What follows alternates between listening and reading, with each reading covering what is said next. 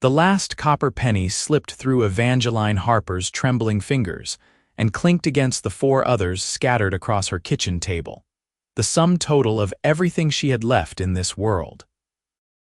She stared at the meager coins as the late afternoon sun of July 1876 streamed through the window of her small rented room above the general store in Dodge City, Kansas, casting long shadows that seemed to mirror the darkness creeping into her heart.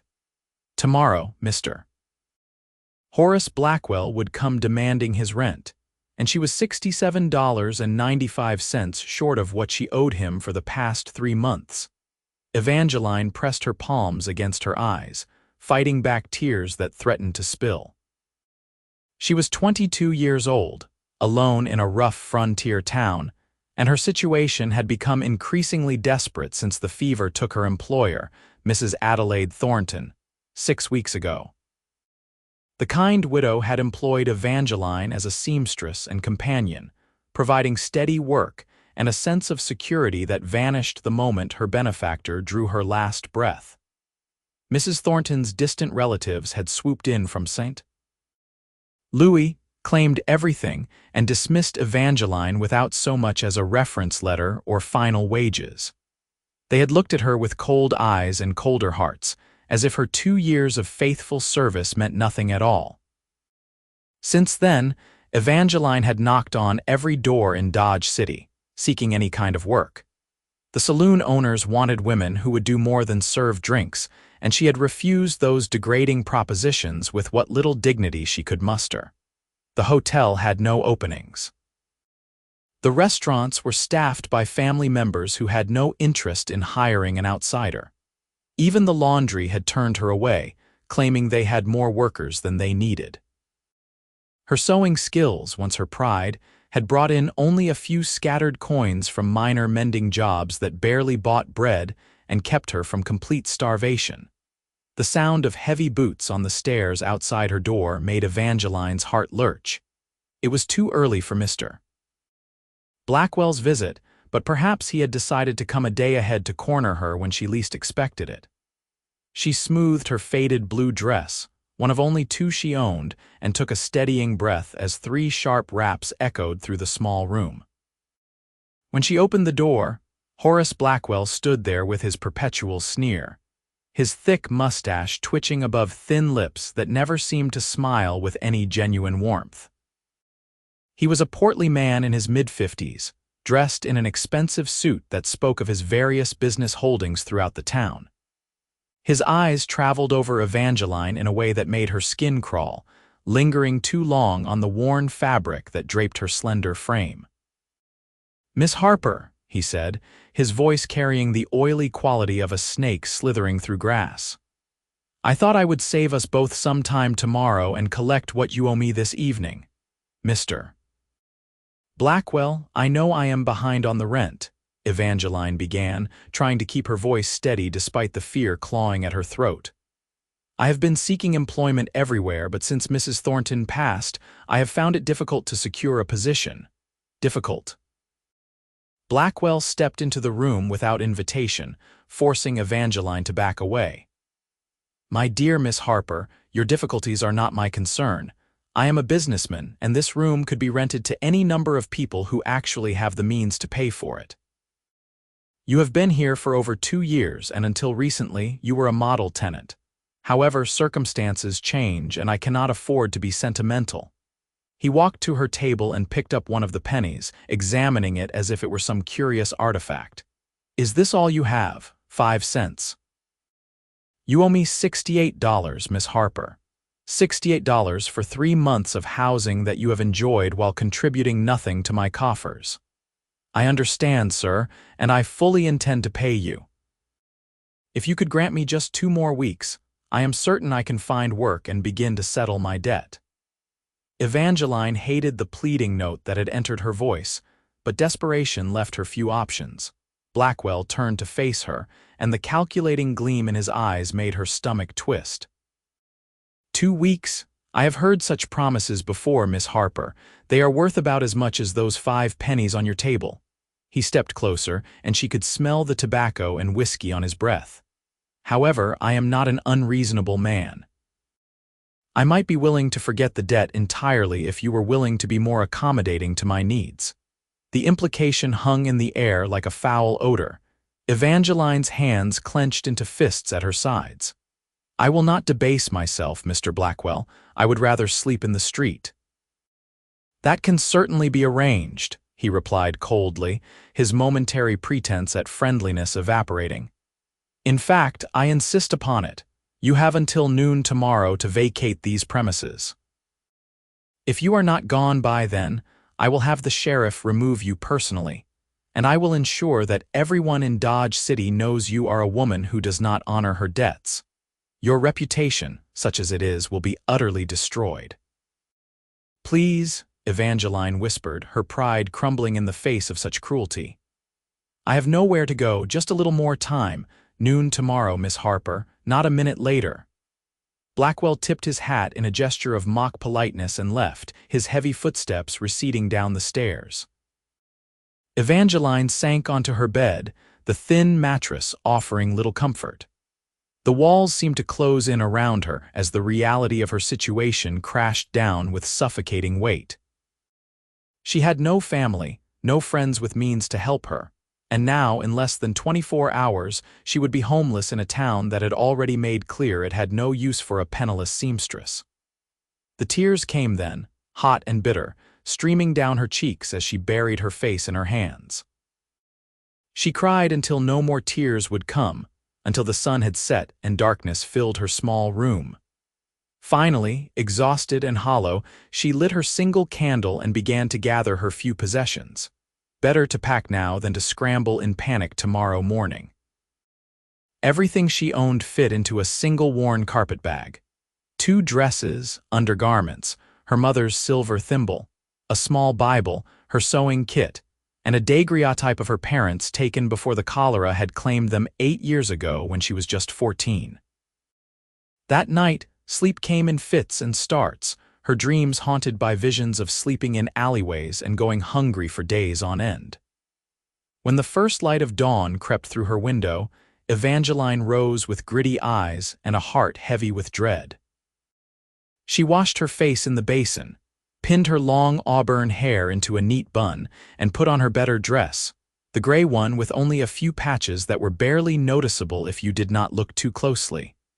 The morning hours crawled by with agonizing slowness. Evangeline sat by her window, watching the town come to life below.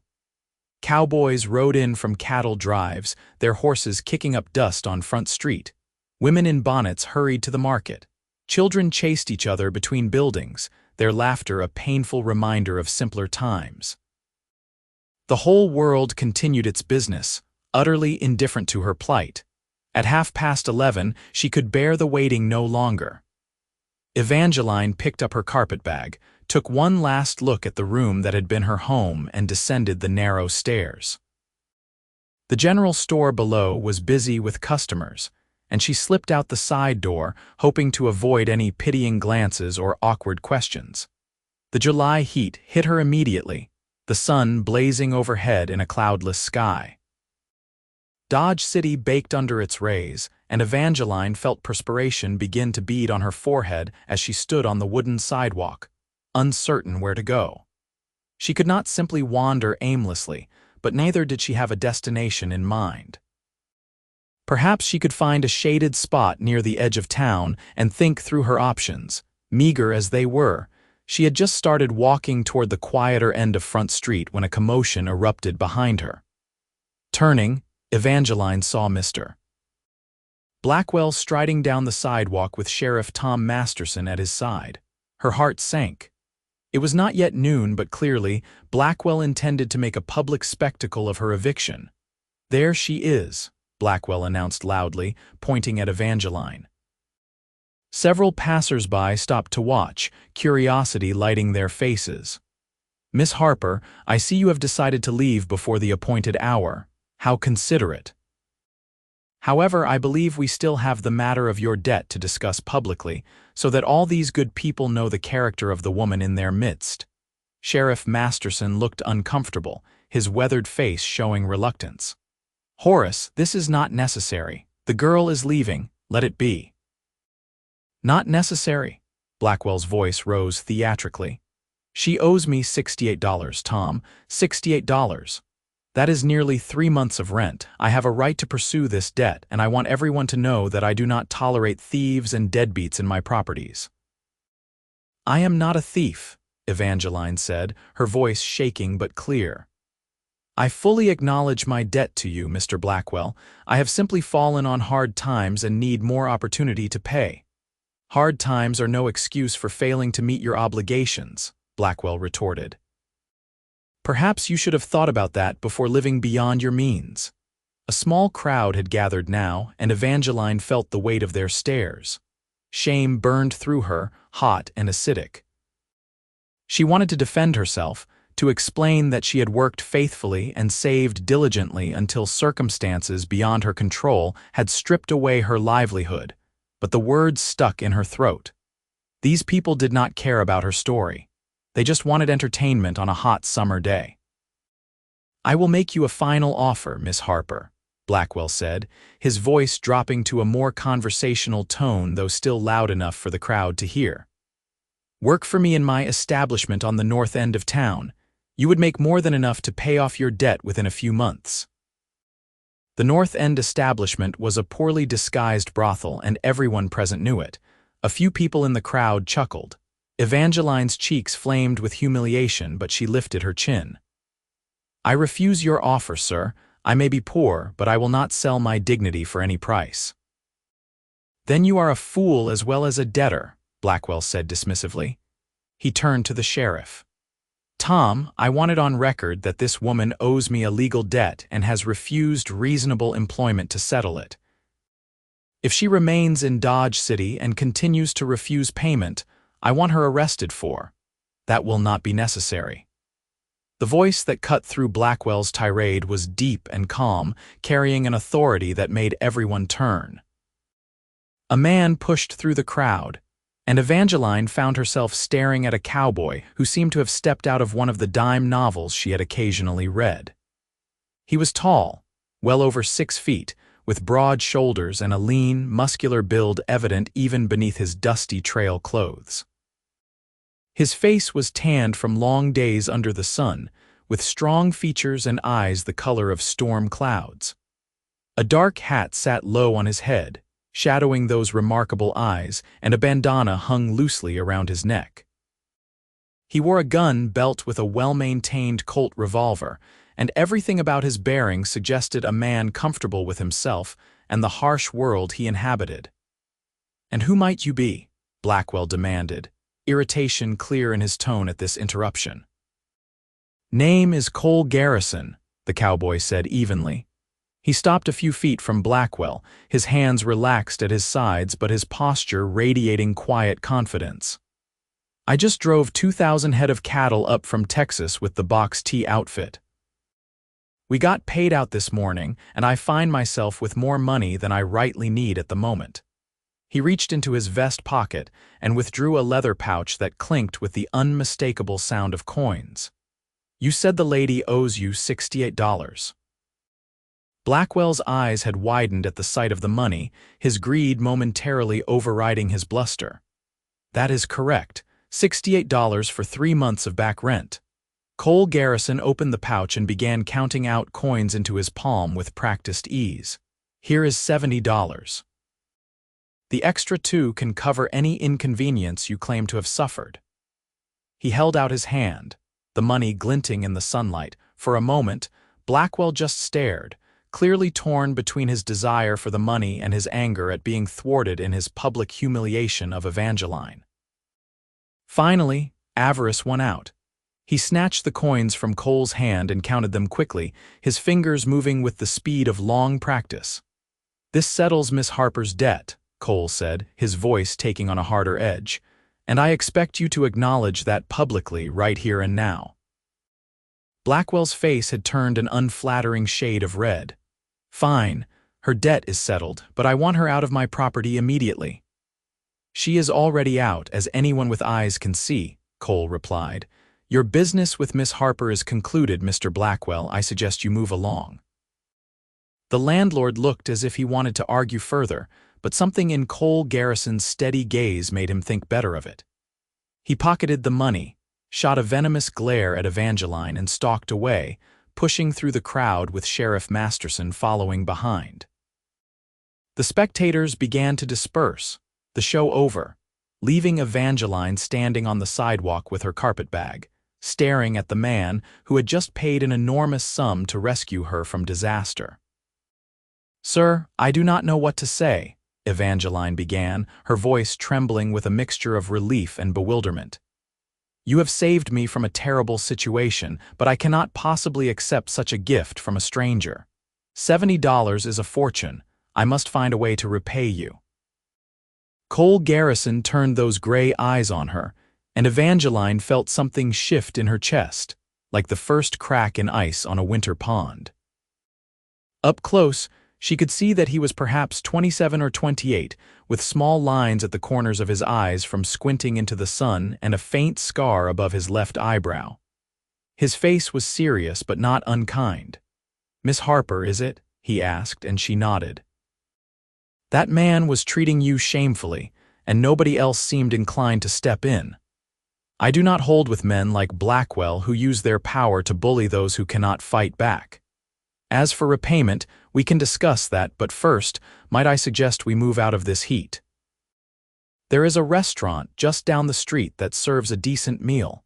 You look like you have not eaten properly in some time, if you do not mind my saying so." Evangeline realized that her hands were shaking, reactions setting in after the confrontation and the miraculous intervention.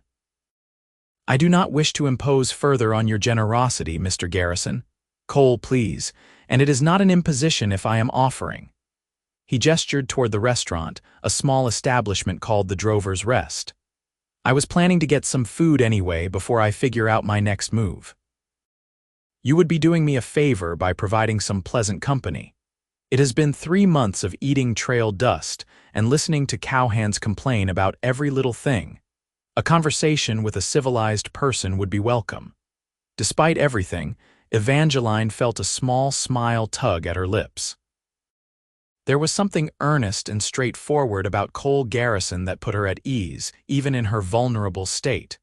"Very well, Cole, thank you. My name is Evangeline, though most people call me Eva." "Eva," he repeated, and somehow the name sounded different when he said it, warmer. "That is a pretty name. Let me carry your bag." Before she could protest, he had taken the carpetbag from her hand, and together they walked to the Drover's Rest. The restaurant was modest but clean, with checkered tablecloths and the smell of cooking meat wafting from the kitchen. Cole chose a table near the window and held out a chair for Evangeline, a gesture of courtesy that felt almost foreign after weeks of hostility and indifference from the people of Dodge City. A waitress came by, a tired-looking woman with kind eyes who took their order without fuss. Cole asked for steak and potatoes for both of them, along with coffee and bread, ordering enough food that Evangeline knew he must have noticed her thinness. She should have felt embarrassed, but instead, she felt an overwhelming gratitude that threatened to bring tears to her eyes once more. "Thank you," she said quietly once the waitress had left. "I have not had a proper meal in weeks. I have been rationing what little I had, trying to make it last, but it was never enough." Cole leaned back in his chair, studying her with those observant gray eyes. "How did you end up in such a situation? You speak like an educated woman and you carry yourself with dignity. This is not where you were meant to be." Evangeline folded her hands on the table, her fingers twisting together. "My parents died of cholera when I was 14. They were teachers in a small town in Missouri, and they left me nothing but debts from the medical bills. I was taken in by a distant cousin who put me to work in her home without pay, claiming she was providing for me out of charity.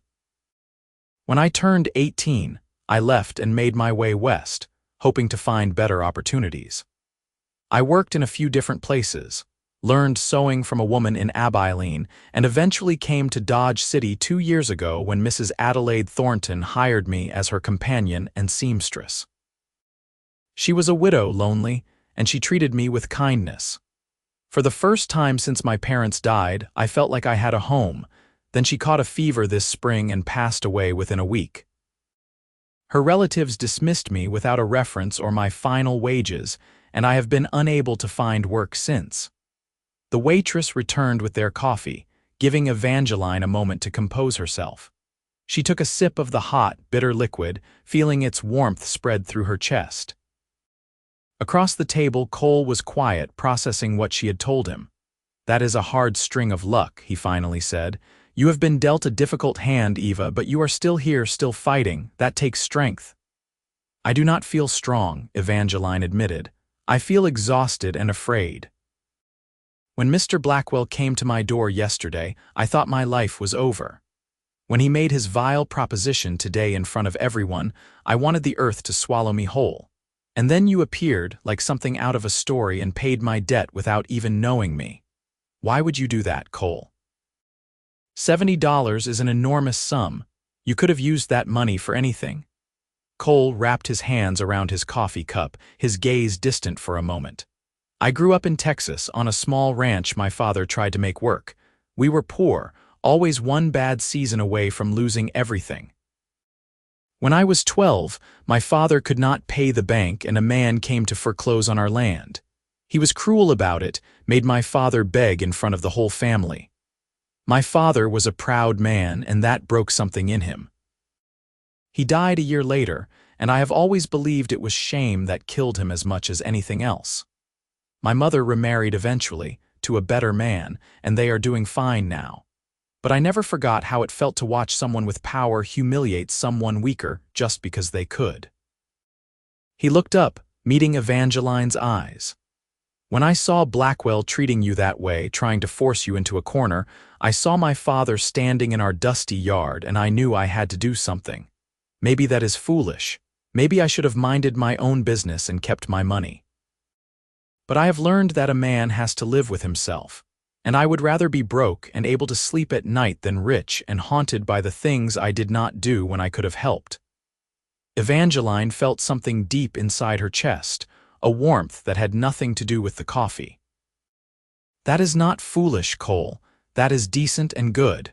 There are not enough people in this world who would do what you did. I do not know how I will ever repay you, but I swear to you I will find a way.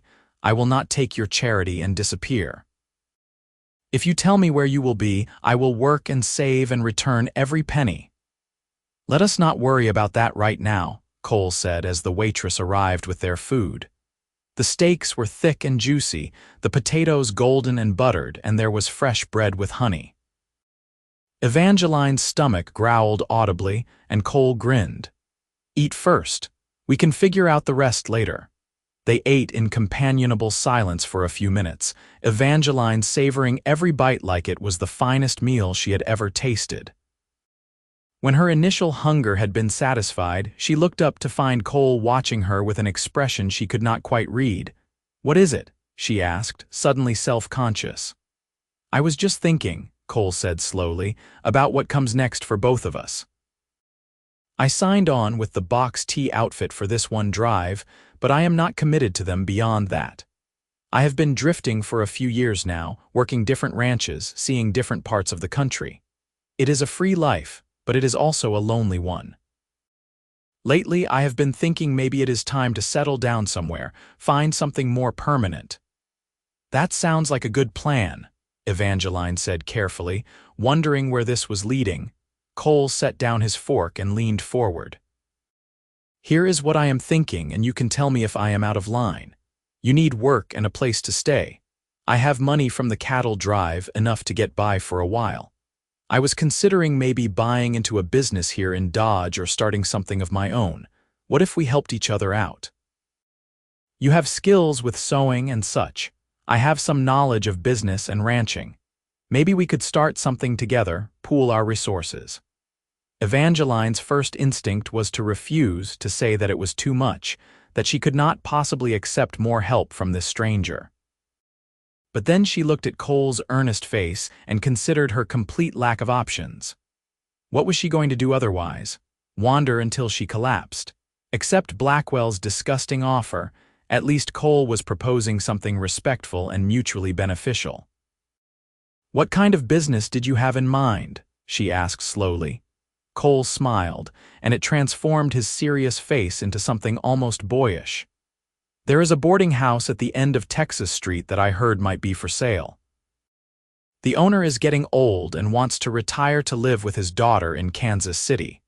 A boarding house needs someone to cook and clean and manage the rooms, and it needs someone to handle the money and do repairs. Between the two of us, we could make it work. You would have a place to live, work that is respectable, and a share in the profits. I would have a business that could provide steady income instead of depending on cattle drives and seasonal ranch work. It was a practical plan, Evangeline had to admit, perhaps too practical, too sudden. Cole, we only just met. How do you know you can trust me? How do I know this is not some elaborate scheme? You do not know, Cole said frankly. And I do not know for certain either. But I am a pretty good judge of character, Eva. I can tell you are honest and hardworking. As for whether you can trust me, I suppose I can only give you my word that I mean you no harm or disrespect. We could draw up a legal agreement, make everything official through a lawyer. That way, we both have protection. Evangeline sat back, her mind racing. It was risky, but what in life was not? She had been trying to play it safe, to follow all the rules, and look where that had gotten her. Maybe it was time to take a chance, to trust the man who had stepped in when no one else would. Let me see the boarding house first, she said finally. If it seems like a sound investment and if we can draw up an agreement that protects us both, then yes, I will agree to your proposal. Cole's smile widened. That is fair. Finish your meal and we will go take a look. They completed their lunch with lighter conversation. Cole told her about the cattle drive, the storms they had weathered, and the river crossings that had nearly ended in disaster. He spoke of growing up in Texas, learning to rope and ride almost before he could walk, and the years after his father died when he had worked every odd job he could find to help his mother. Evangeline found herself laughing at his stories, the tension that had gripped her for weeks slowly easing. In turn, she told him about her parents, how her father had loved poetry and her mother had played the piano beautifully. She shared memories of her childhood, the lessons in the one-room schoolhouse where her parents taught, the garden her mother had cultivated with roses that bloomed in summer.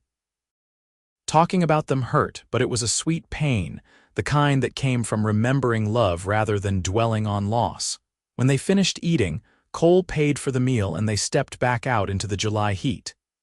He led the way down Texas Street, carrying her carpet bag as if it weighed nothing. The boarding house he had mentioned stood at the end of the street, a two-story wooden structure with a wide porch and a painted sign that read, Matheson's Boarding House. An elderly man sat on the porch in a rocking chair, fanning himself with a folded newspaper. He looked up as Cole and Evangeline approached, his weathered face creasing into a smile. Afternoon, he called out. If you are looking for a room, I am afraid I am full up at the moment. Actually, sir, I heard you might be interested in selling, Cole said politely. My name is Cole Garrison and this is Miss Evangeline Harper. We would like to discuss the possibility of purchasing your establishment if you are still open to offers. The old man, presumably Mr. Matheson, sat up straighter, interest sparking in his faded blue eyes. Is that so? Well, come on up here out of the sun, and we can talk. They spent the next hour touring the boarding house and discussing terms. The building had 8 guest rooms, all currently occupied by long-term boarders who worked in various capacities around Dodge City. There was a large kitchen, a dining room, and a small private apartment on the ground floor where Mr. Matheson lived. The structure was solid, well-maintained, and located on a good piece of property. Mr. Matheson wanted $800 for the place, which included the building, the land, and all the furnishings. It was a fair price, perhaps even generous given the location and condition.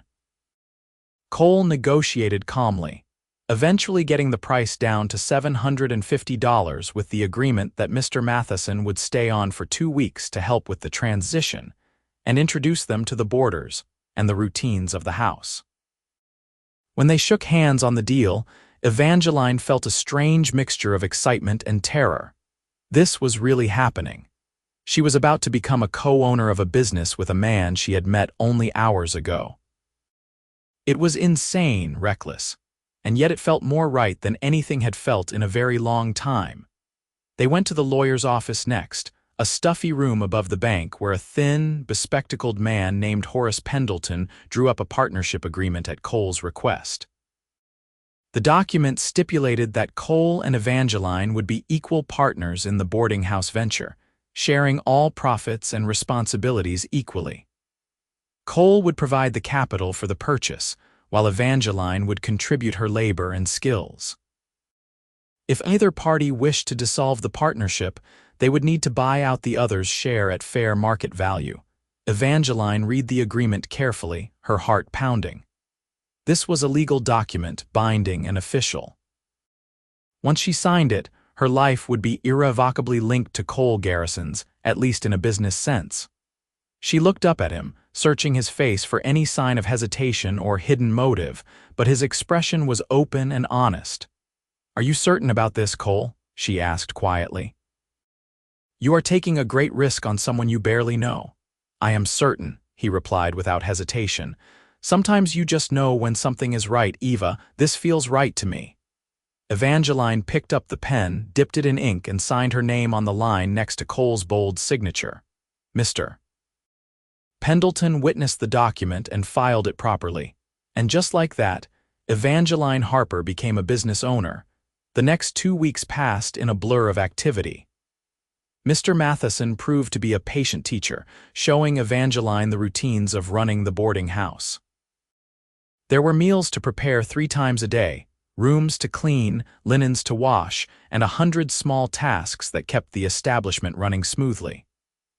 Evangeline threw herself into the work with determination, rising before dawn and often working late into the evening.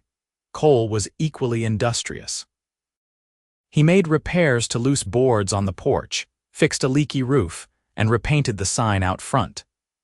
He dealt with suppliers, negotiated better prices for food and coal, and charmed the boarders with his easy manner and genuine interest in their lives. Together, he and Evangeline made a formidable team, their skills complementing each other naturally. The boarders themselves were an interesting mix.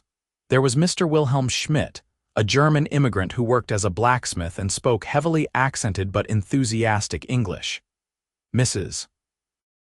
Abigail Porter was a schoolteacher, a prim woman in her 40s who had come west to escape a scandal back east that she never discussed. Young Timothy Brennan worked as a clerk in the land office and was saving money to bring his fiancée from Illinois. Carlos Mendoza was a former vaquero who now worked at the stockyards, a quiet man with sad eyes who often helped in the kitchen. The other 4 boarders were cowhands who came and went with the seasons, currently in town between drives. As the days passed, Evangeline found herself settling into a rhythm. She woke each morning in her small room on the 2nd floor, right next to the stairs, and started the kitchen fire before the sun rose. By the time the boarders came down for breakfast, she had coffee brewing and food on the table. She spent her mornings cleaning and her afternoons on mending and laundry. Evenings often found her in the kitchen, preparing the next day's bread or working on some sewing project. Cole's room was on the ground floor in what had been Mr. Matheson's private apartment. He spent his days maintaining the property, running errands in town, and managing the business accounts. Sometimes Evangeline would look up from her work to find him watching her with an expression of quiet contentment, and she would feel that strange flutter in her chest again, the one that had appeared the first day they met. They rarely had time for private conversation during those first busy weeks, but occasionally they would find themselves alone in the kitchen after the evening meal, washing dishes side by side while the boarders relaxed on the porch or in their rooms. Those moments became precious to Evangeline, a chance to talk with Cole about something other than business. One evening, about 3 weeks after they had signed the partnership agreement, Cole brought up a topic that Evangeline had been carefully avoiding thinking about. They were in the kitchen, as usual, and he was drying while she washed. "There is a dance next Saturday," Cole said casually. "The town is putting it on to celebrate the end of the cattle season. There will be music and food, and I hear it is quite an event." Evangeline kept her eyes on the dish she was scrubbing. "That sounds nice. I am sure the boarders will enjoy attending." "I was thinking you and I might go," Cole continued. "It would be good for business, mingling with the townspeople, letting them know we have taken over the boarding house. And besides, I bet you are a fine dancer." Evangeline's hands stilled in the soapy water. She had not danced since before her parents died, at a harvest festival when she was just 13 years old. The thought of dancing now in public with Cole filled her with a confusing mix of emotions. "I do not think that would be appropriate," she said carefully. "People might get the wrong idea about our arrangement. We are business partners, nothing more. And business partners cannot attend a social function together." Cole's tone was light, but Evangeline could hear the undercurrent of something else, something that made her pulse quicken. "Eva, you have been working yourself to the bone for weeks. You deserve an evening of enjoyment. Besides, it would be good for people to see us as a team, as the new owners of this establishment." He had a point, Evangeline had to admit. They had been so focused on the work that they had not really introduced themselves to the broader community. A public event would be an opportunity to make connections, to establish themselves as legitimate business owners rather than the subject of gossip and speculation. "Very well," she said, pulling her hands from the water and drying them on her apron. "If you think it is good for business, I will go to the dance, but only for an hour or two. Someone should be here in case the boarders need anything." Cole's face broke into a grin. "Mrs. Porter already said she would stay back and keep an eye on things. I checked with her this morning." "You have no excuse, Eva Harper. You are going to this dance and you are going to have a good time whether you like it or not." Evangeline tried to look stern, but she could not stop the smile that tugged at her lips. "You are very presumptuous, Cole Garrison." "I prefer to think of it as prepared," he replied with a wink. The days leading up to the dance seemed to pass both quickly and slowly. Evangeline found herself thinking about it at odd moments, a nervous anticipation building in her stomach. She had only one decent dress, the gray one she had been wearing the day Cole paid her debt, and it was hardly suitable for a social event. She considered trying to make something new, but there was no time and no money for fabric. On Thursday evening, however, Cole appeared at the kitchen door with a wrapped package under his arm. Evangeline was kneading bread dough, her hands covered in flour, when he set the package on the table. "What is this?" she asked, wiping her hands on her apron. "Open it and see," Cole said, looking pleased with himself. Evangeline untied the string and folded back the brown paper to reveal a length of beautiful blue fabric, the color of a summer sky, along with matching ribbon and thread. Her breath caught in her throat. "Cole, this is too much. You have already spent so much money on me." "It is not charity, Eva. It is an investment in our business. If we are going to make a good impression at this dance, we both need to look the part. I bought myself a new shirt too, so you are not the only one." He gestured to another package she had not noticed. "Besides, you are a seamstress. You can make this into a dress better than anything you could buy in a store, and you will look beautiful in it."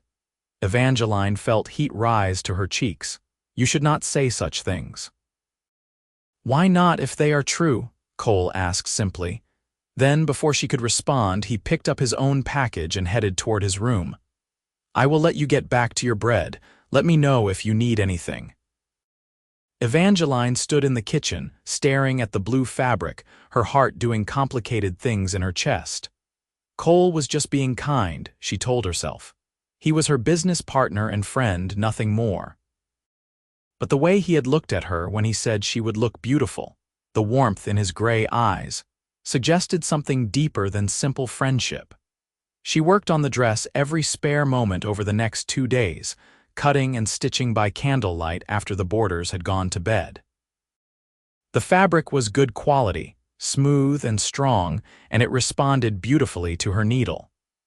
She fashioned a simple but elegant design with a fitted bodice and full skirt, using the ribbon to trim the neckline and sleeves. When she finally tried it on Saturday afternoon, she barely recognized herself in the small mirror in her room. The blue brought out the auburn highlights in her hair and made her eyes look brighter, more alive. The dress fit perfectly, emphasizing her small waist and the curves that weeks of better eating had begun to restore. For the first time in months, Evangeline felt pretty, like a woman rather than a workhorse. She pinned her hair up in a softer style than her usual severe bun, letting a few curls frame her face. She had no jewelry except her mother's silver thimble, which she wore on a ribbon around her neck, tucked inside her bodice where it rested against her heart. When she descended the stairs that evening, the boarders who were in the dining room actually stopped their conversations to stare. "Miss Harper, you look lovely," Mrs. Porter said warmly. "That dress is exquisite. Did you make it yourself?" "I did, thank you," Evangeline replied, feeling suddenly shy under their scrutiny. Cole appeared from his room at that moment, and Evangeline felt the air leave her lungs. He wore dark trousers, polished boots, and a new white shirt that emphasized his broad shoulders and tanned skin. He had shaved and trimmed his hair, and without the trail dust and work clothes, he looked devastatingly handsome. Their eyes met across the room, and something electric passed between them. "You look beautiful, Eva," Cole said softly, and the sincerity in his voice made her believe it. "You look quite presentable yourself," she managed to reply, though her voice came out slightly breathless. They walked to the dance together through the warm evening air. The event was being held in a large barn at the edge of town, decorated with lanterns and bunting. Music spilled out into the night, a fiddle and guitar playing a lively tune, and people were already gathering, dressed in their finest clothes. As they approached, Evangeline felt Cole offer his arm, and she took it, acutely aware of the solid warmth of him beside her. They entered the barn together, and several heads turned. Evangeline recognized a few faces from around town, including Sheriff Masterson, who nodded to them with a friendly smile. Horace Blackwell was there too, standing in a corner with a glass of whiskey, and his expression soured when he saw them. "Ignore him," Cole murmured, guiding Evangeline toward the refreshment table. "He is not worth your attention." They got glasses of lemonade and found a spot along the wall to watch the dancers.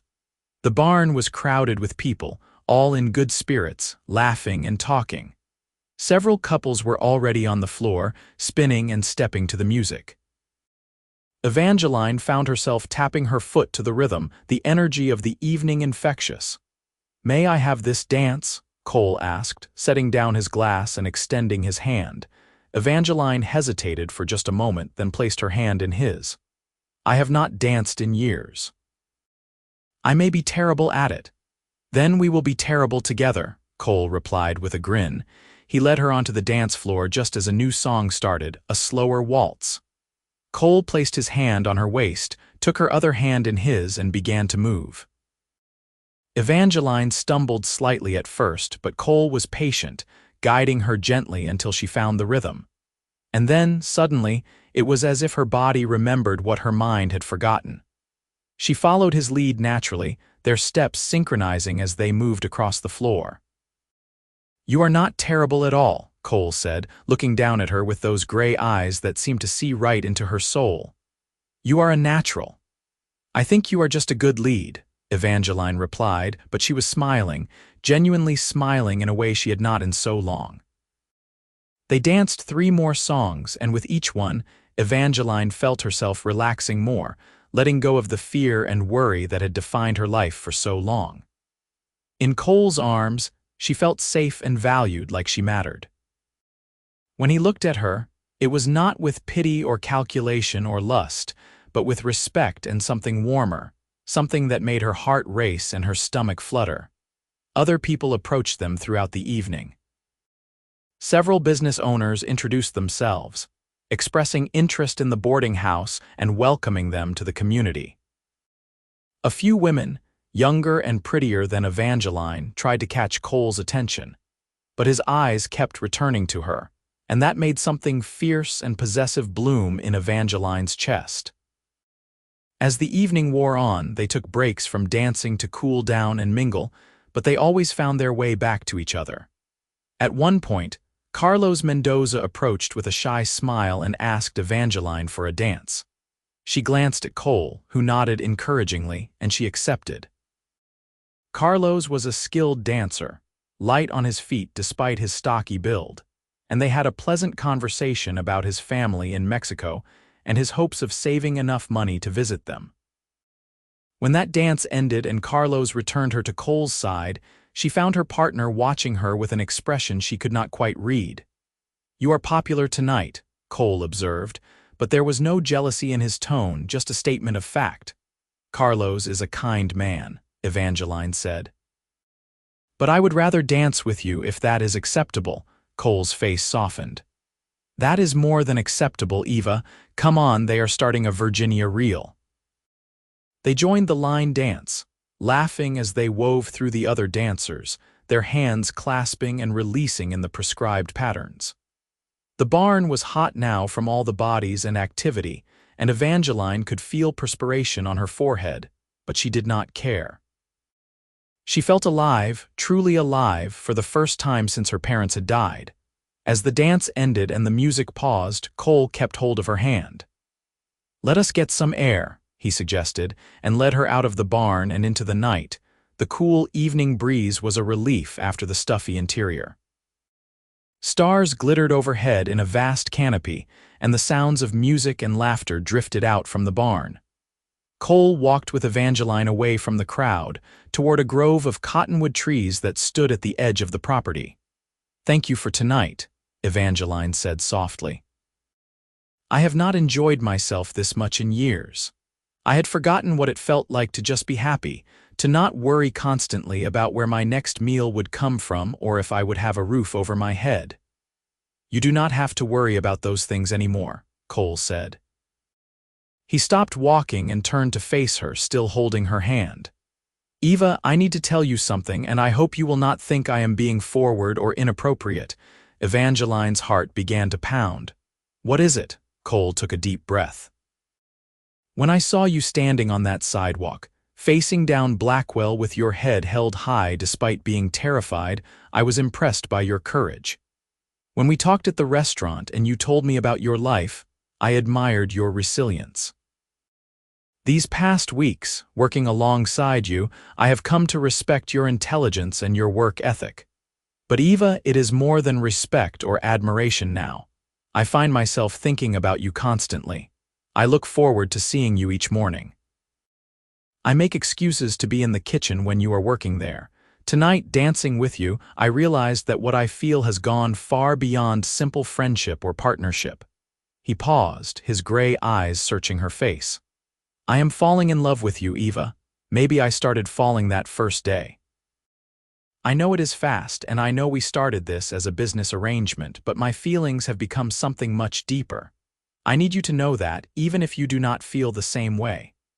Evangeline stood frozen, Cole's words washing over her like a wave. Love. He was falling in love with her. And the truth was, if she was honest with herself, she felt the same way. The connection she felt to Cole, the way her heart lifted when he smiled at her, the security and warmth she experienced in his presence. It was all love, had been growing into love from almost the beginning. "Cole," she whispered, "I feel the same way. I have been trying to convince myself that what I felt was just gratitude, but it is not. When I am with you, I feel complete in a way I have never experienced before. You make me laugh. You make me feel valued and safe. You see me, really see me, not just as a pair of hands to do work or a woman to be used, but as a person with thoughts and feelings and worth. I am falling in love with you too." The smile that spread across Cole's face was radiant, transforming him into someone almost boyish with joy. "Eva, may I kiss you?" "Yes," she breathed, and then his lips were on hers, gentle at first, questioning, and then more confident as she responded.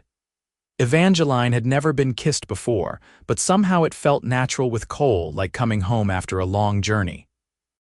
His hand came up to cup her cheek, and she leaned into the touch, her own hands resting on his chest where she could feel the rapid beating of his heart. When they finally pulled apart, both were breathless. Cole rested his forehead against hers, his thumb stroking her cheekbone tenderly. "I want to court you properly, Eva. I know we are living under the same roof and working together, and people might talk, but I do not care what they say. I want everyone to know that you are the woman I am choosing, the woman I hope will choose me in return." "I do choose you, Cole," Evangeline said, tears of happiness welling in her eyes. "You gave me back my life when you paid my debt, and then you gave me purpose and partnership. Now you are offering me love, and I accept it with my whole heart." They kissed again, longer this time, and when they finally returned to the dance, hand in hand, Evangeline knew that her life had changed irrevocably. The girl who had stood on the sidewalk, nearly penniless and hopeless just a month ago, was gone, replaced by a woman who had found not just security and work, but genuine love with a good man. The rest of the summer passed in a golden haze. Cole and Evangeline continued to run the boarding house together, but now their relationship had a new dimension. They were careful to be respectful in front of the boarders, but everyone could see the change between them, the way they looked at each other, the gentle touches when they thought no one was watching. Cole courted Evangeline in the old-fashioned way. He brought her wildflowers picked from the prairie. They took walks in the evening after the work was done, talking about everything and nothing. He read poetry to her on Sunday afternoons when the boarding house was quiet, and she mended his shirts while sitting beside him on the porch. They attended church together, and more dances, and gradually became a recognized couple in Dodge City. The boarding house prospered under their management. Word spread that Matheson's place, now informally called the Garrison House though they had not officially changed the name, had good food, clean rooms, and fair prices. They were rarely without full occupancy, and some boarders, like Mr. Schmidt and Mrs. Porter, became almost like family. In September, as the heat of summer gave way to cooler autumn days, Cole asked Evangeline to marry him. They were sitting on the porch at sunset, watching the sky turn shades of orange and pink when he took her hand. "Eva, I know we have only known each other a few months, but I have never been more certain of anything in my life. I want to spend the rest of my days with you. I want to build a life together, a family together. Will you marry me?" Evangeline did not hesitate. "Yes, Cole, yes, I will marry you." They were wed in October, in the small church at the center of Dodge City. Mrs. Porter stood as Evangeline's matron of honor, and Sheriff Masterson served as Cole's best man. The boarders all attended, along with many of the townspeople they had befriended over the summer, even old Mr. Matheson came back from Kansas City for the occasion, beaming with pride at how well his former establishment was doing. Evangeline wore a dress of cream-colored silk that she had sewn herself, with lace at the collar and cuffs. Cole wore a new suit, looking so handsome that Evangeline's breath caught when she saw him waiting at the altar. As they exchanged vows, promising to love and cherish each other through all the trials life might bring, Evangeline thought about how far she had come from that desperate day when Horace Blackwell had demanded payment she could not give. The wedding reception was held at the boarding house, with food and music and dancing that lasted late into the night. When it was finally over and the guests had departed, Cole carried Evangeline over the threshold of their private apartment, now expanded to include 2 rooms, a bedroom and a small sitting room that was just for them. "Are you happy, Mrs. Garrison?" Cole asked, setting her down gently and cupping her face in his hands. "Happier than I ever thought possible," Evangeline replied honestly. "You gave me everything, Cole, hope, purpose, love. You saved me in every way a person can be saved." "We saved each other," Cole corrected gently. "I was drifting before I met you, Eva. I had no real home, no direction. You gave me something to work for, something to build. You made me want to be better, to create something lasting." Their wedding night was tender and sweet. 2 people who had found each other against all odds, finally joined in every way. Evangeline had been nervous, but Cole was patient and gentle. And what she discovered was that physical love with someone you trusted and cherished was not something to fear, but rather another language through which to express the depth of feeling that words could not fully capture. The years that followed were not without challenges. The boarding house business had its ups and downs, affected by the economic fluctuations of the cattle industry and the gradual taming of Dodge City as law and civilization took firmer hold. There were difficult boarders, broken pipes, a minor fire in the kitchen that required repairs, and all the mundane troubles that came with running a business and maintaining a property. But Cole and Evangeline faced everything together, their partnership strengthened by love and mutual respect. In the spring of 1878, Evangeline discovered she was expecting their first child. Cole was overjoyed, fussing over her and trying to take on more of the physical work so she could rest.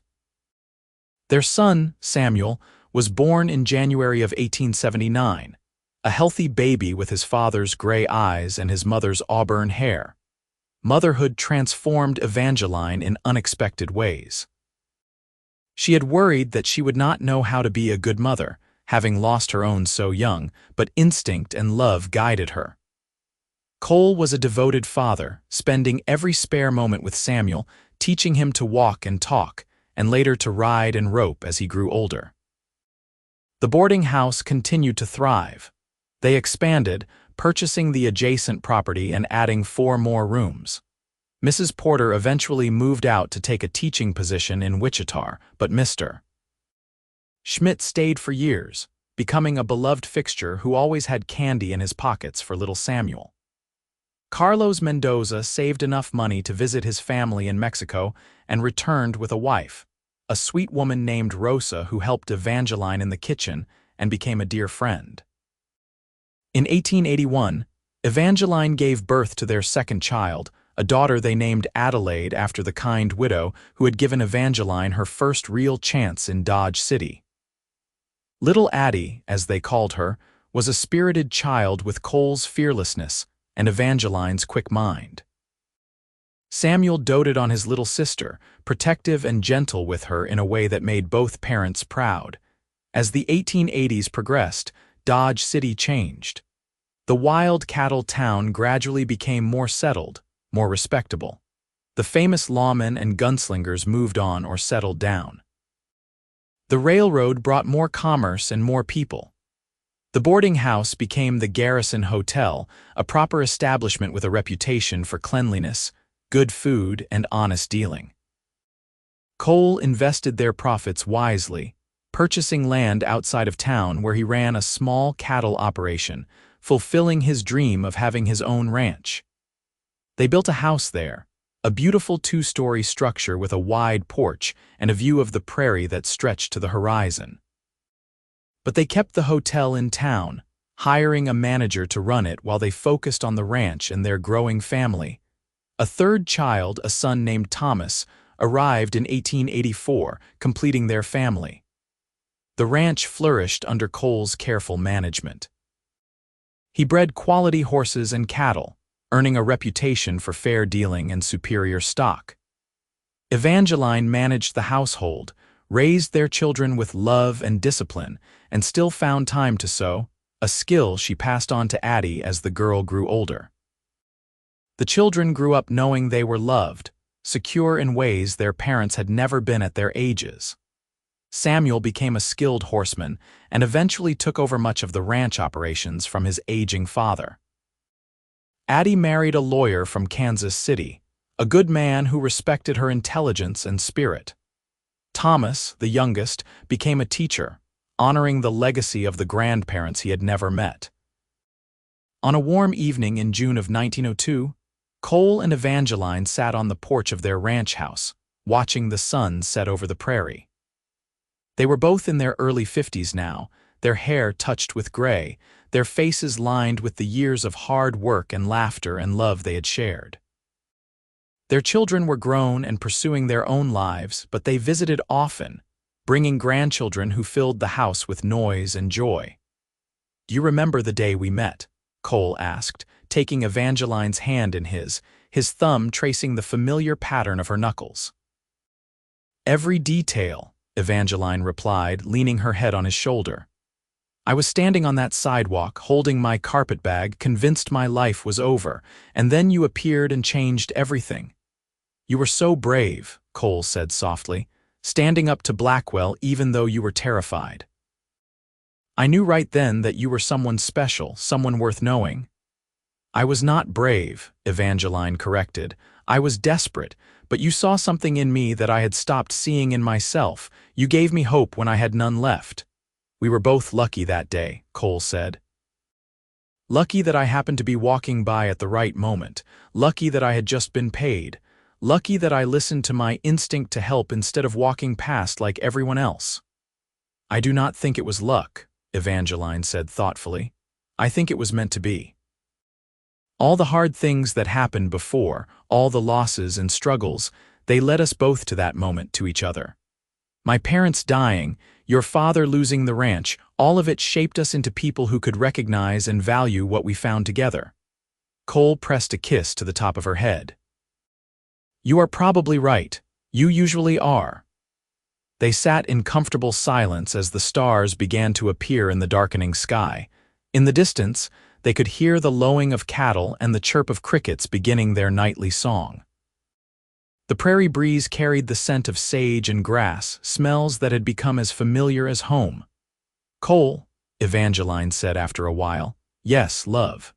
Do you ever wonder what would have happened if you had not stopped that day, if you had just walked past like everyone else? Cole considered the question seriously. I try not to think about it because it makes me realize how easily I could have lost you, but I suppose I would have continued drifting, working one ranch after another, never putting down roots. I probably would have ended up alone with nothing to show for my years except some stories and a worn-out body. And I probably would have accepted Blackwell's vile offer eventually, Evangeline admitted quietly, or worse. I was so desperate, Cole. I might have done things I could never have forgiven myself for just to survive. But none of that happened, Cole said firmly. I did stop, I did help, and we built this beautiful life together. That is what matters. Yes, Evangeline agreed, that is what matters. Another comfortable silence fell between them, the kind that only came from decades of shared life and deep understanding.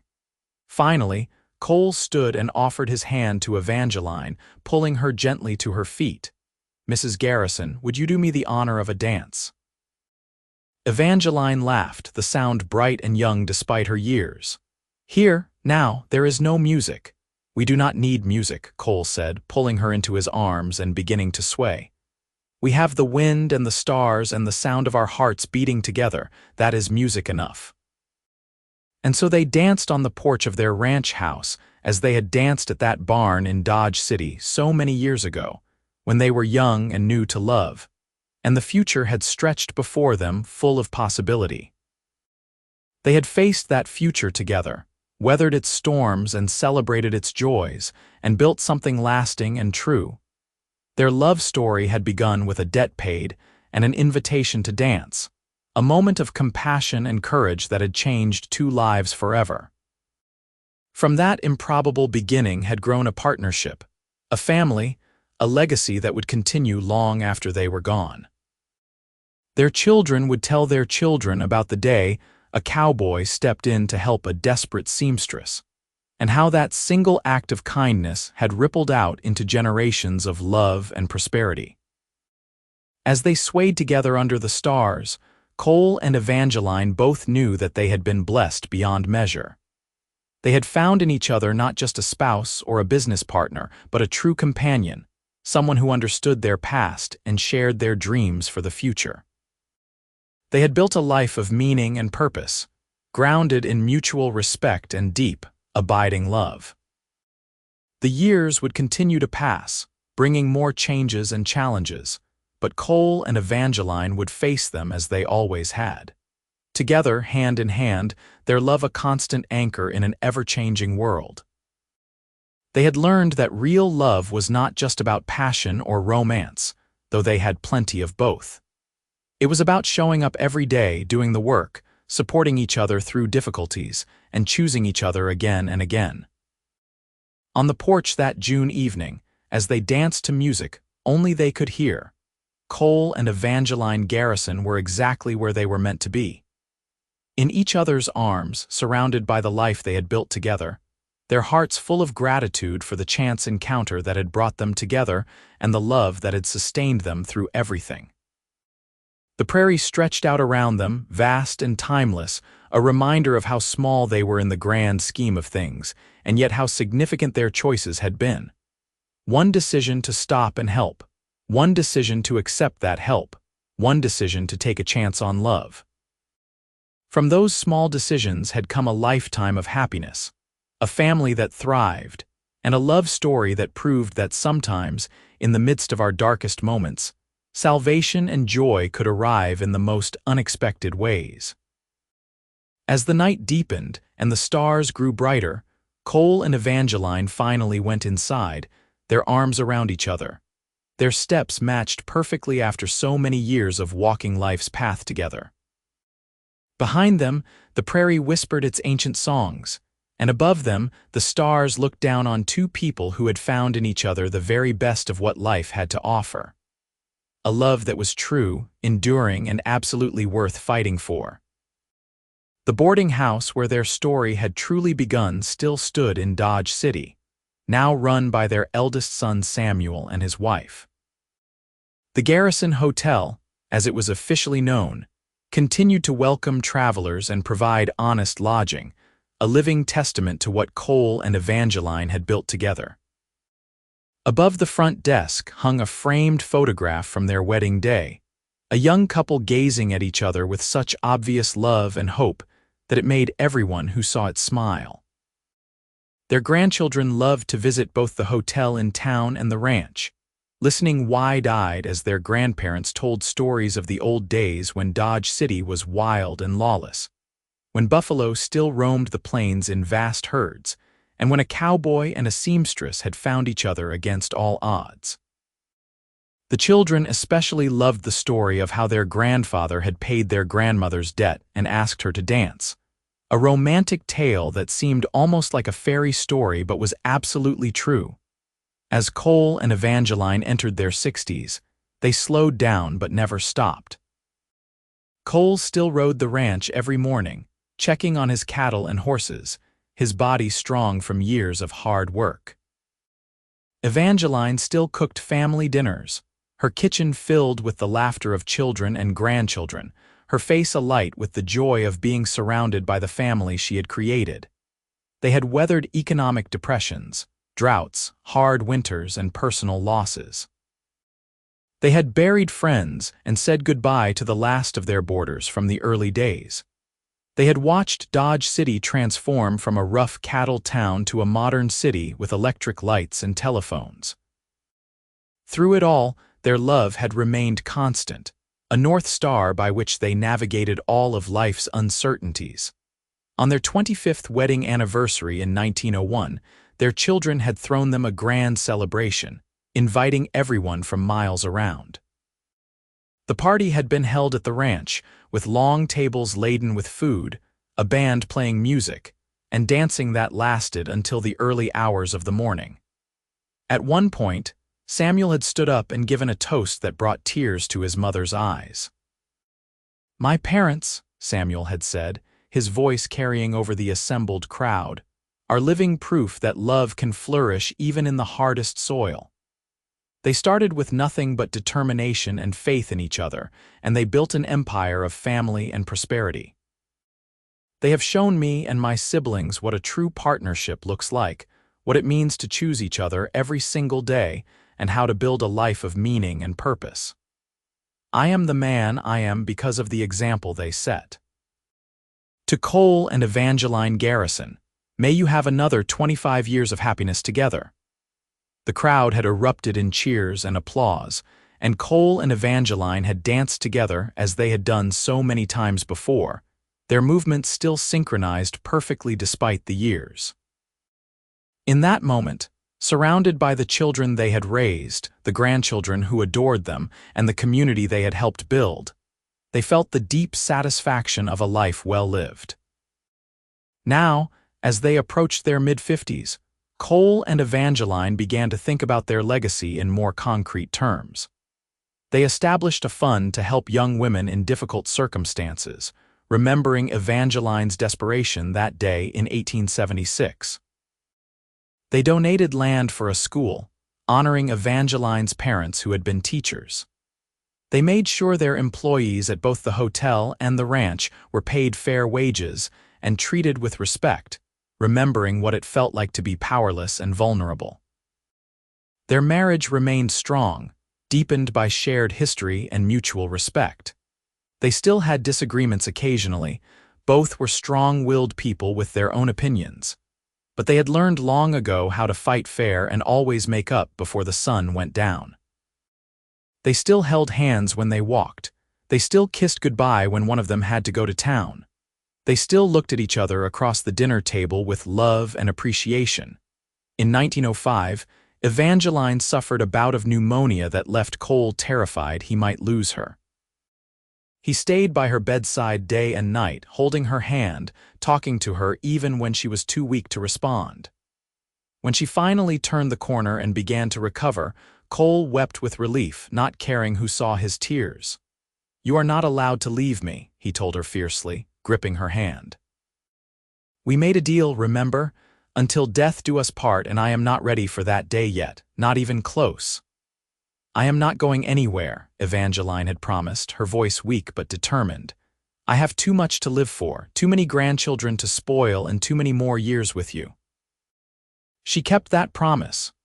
By 1910, when they were both in their mid-50s, Evangeline had regained her health and strength. They celebrated by taking a trip, something they had never really done before. They traveled by train to San Francisco, marveling at the city that had risen from the ashes of the great earthquake and fire. They saw the Pacific Ocean for the first time, standing on the beach and holding hands as waves crashed against the shore. "We have come a long way from that sidewalk in Dodge City," Evangeline said, breathing in the salt air. "In every possible way," Cole agreed. "But you know what? I would go back to that day in a heartbeat because it was the beginning of everything that matters to me." They returned to Kansas with renewed energy and purpose. Cole expanded his ranching operations, bringing in new breeding stock and modern techniques. Evangeline started a sewing circle in town that raised money for widows and orphans, using her skills to help others as she had once needed help herself. Their children continued to make them proud. Samuel had expanded the hotel business, opening a second location in Wichita. Addie and her husband had 4 children and were pillars of Kansas City society. Thomas was a respected educator, serving as principal of a new high school in Topeka. All 3 children credited their success to the values their parents had instilled: hard work, integrity, compassion, and the importance of treating everyone with dignity regardless of their station in life. As the 1910s progressed and the world changed rapidly around them, Cole and Evangeline remained anchored in their love and their life on the prairie. They watched with interest as automobiles became more common, as airplanes took to the skies, as the modern world emerged from the old frontier. But the core of their existence remained unchanged: family, faith, hard work, and love. They held weekly Sunday dinners at the ranch house, a tradition their children and grandchildren rarely missed. The long table would be crowded with multiple generations, passing plates of roast beef and potatoes, telling stories and laughing together. At the head of the table, Cole would look around at the faces of his descendants, and his heart would swell with gratitude. This was his legacy. This family that existed because he had been in the right place at the right time and had made the choice to help a woman in need. In 1916, as America stood on the brink of entering the Great War, Cole and Evangeline celebrated their 41st wedding anniversary. They were both in their early 60s now, their hair mostly gray, their faces deeply lined, but their eyes still bright when they looked at each other, On that anniversary evening, they sat once again on their porch, a place that had become their sanctuary over the years. The prairie stretched before them, golden in the setting sun, exactly as it had looked 40 years ago when they had danced together under the stars. 41 years, Cole mused, his arm around Evangeline's shoulders. Sometimes it feels like yesterday, and sometimes it feels like we have always been together. Both are true in a way, Evangeline replied, leaning into his warmth. Every day with you is both familiar and new. I know you so well, Cole Garrison, and yet you still surprise me. I could say the same about you, Eva, Cole said softly. You are the strongest, most resilient person I have ever known. You took the worst circumstances and turned them into this beautiful life. I am in awe of you. We did it together, Evangeline corrected. I could not have built this without you. Your strength gave me courage. Your love gave me purpose. Every good thing in my life traces back to the day you stopped to help me. And every good thing in my life traces back to your willingness to trust me, to take a chance on a cowboy you had just met, Cole replied. We were both brave that day, Eva. Brave enough to reach out to each other when it would have been easier to stay isolated and safe. They sat in comfortable silence, watching the sun sink toward the horizon, painting the sky in shades of orange, pink, and purple. In the distance, they could see some of their grandchildren playing near the barn, their voices carrying on the evening breeze. Life continued generation after generation, each one building on the foundation Cole and Evangeline had laid. Do you have any regrets? Evangeline asked suddenly.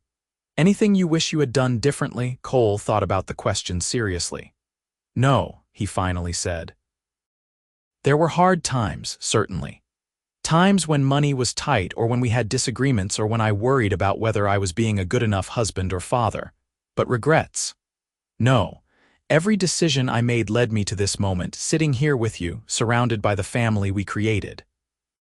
I would not change a single thing. Neither would I, Evangeline agreed. Even the hard times, the scary times, they all had purpose. They taught us what we were made of. They showed us that we could overcome anything as long as we faced it together. As darkness fell and the stars began to emerge, Cole stood and once again offered his hand to Evangeline. Mrs. Garrison, may I have this dance? Evangeline smiled, taking his hand and rising to her feet with only a slight stiffness in her joints. Always, Mr. Garrison, always. They danced on the porch as they had done countless times over the past 4 decades. Their movements slower now but no less synchronized, no less full of love.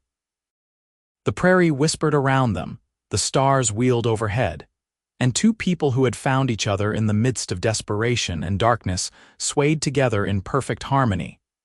Their love as strong at 60 as it had been at 20, tempered and strengthened by 4 decades of choosing each other every single day. This was the life they had built from that single act of compassion and courage on a hot July day in 1876. From a debt paid and a dance shared had grown a love story for the ages, a testament to the transformative power of kindness, the resilience of the human spirit, and the enduring nature of true love. Cole and Evangeline Garrison had started with nothing but hope and determination, and they had created something precious and lasting. A family, a legacy, and a love that would echo through generations, inspiring their descendants to be brave, to be kind, and to always choose love when given the chance. As they finally went inside, their hands still clasped together, the prairie settled into peaceful darkness, keeping watch over the ranch that was a monument to everything they had achieved. In Dodge City, the hotel that bore their name continued to welcome travelers, a living reminder of their humble beginnings.